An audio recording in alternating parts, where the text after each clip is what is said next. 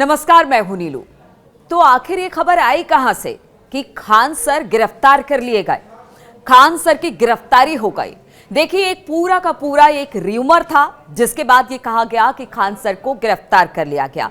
अब इसके पीछे की इनसाइड स्टोरी भी आपको बताते हैं कि आखिर क्या वजह रही कि इस तरह का र्यूमर सामने आया। हालांकि अब पटना के एसएसपी का कहना है कि इस तरह की कोई बात सामने नहीं आई है।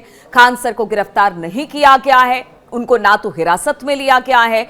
ये बात सामने इस तरह से आई कि खान सर की जो टीम थी, उन्होंने एक ट्वीट किया जिसमें कहा गया कि खान सर को गिरफ्तार कर लिया गया है, मुश्किल में है, ये सही नहीं है, इस तरह के ट्वीट किए गए। और इसके बाद ये रूमर चारों तरफ फैल गया कि खान सर को गिरफ्तार कर लिया गया है। लेकिन आज सुबह पटना के एसएसपी ने कहा कि इस तरह की कोई बात नहीं है, कोई गिरफ्तारी नहीं हुई है।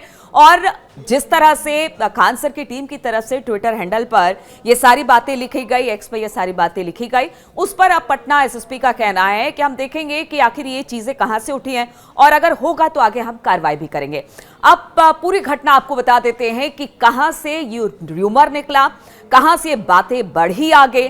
तो देखिए, कल पटना में बीपीएससी दफ्तर के बाहर जो अभ्यर्थी थे, वो नॉर्मलाइजेशन को लेकर एक विरोध प्रदर्शन कर रहे थे। उनका कहना था कि देखिए, बीपीएससी जो परीक्षा, प्रारंभिक परीक्षा कंडक्ट करा रही है, उसमें नॉर्मलाइजेशन नहीं होना चाहिए, इसी का विरोध था।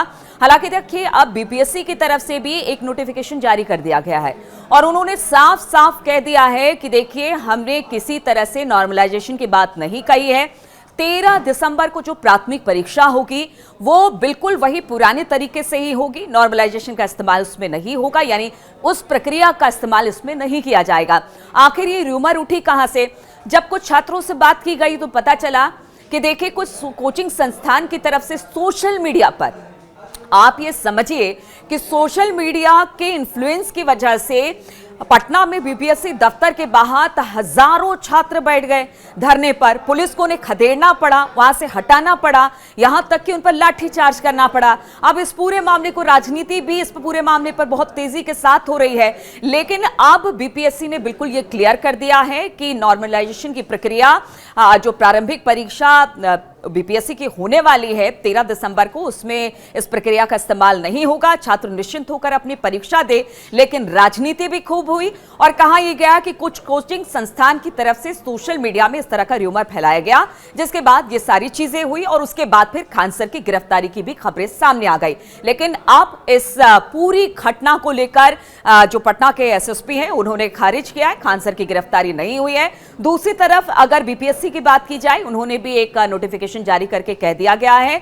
कि पुराने ढर्रे पर ही बीपीएससी की परीक्षा कराई जाएगी, इसलिए छात्रों में, अभ्यर्थियों में किसी तरह का कोई कंफ्यूजन ना रहे। और सबसे बड़ी बात है, जो छात्र हैं उनको भी इस तरह से सोशल मीडिया में जो कहीं ना कहीं से जो खबरें आती हैं, उसको लेकर इस तरह से किसी भी बात पर विश्वास नहीं कर लेना चाहिए, जब तक उस संस्थान या फिर जब तक कोई ऑथेंटिक पर्सन या कोई व्यक्ति इस बारे में कोई जानकारी नहीं दे देता है। तो पटना में कुछ ऐसा ही कल देखने को मिला। र्यूमर की वजह से ये सारा मसअप हुआ और उसके बाद राजनीति अपने चरम पर है।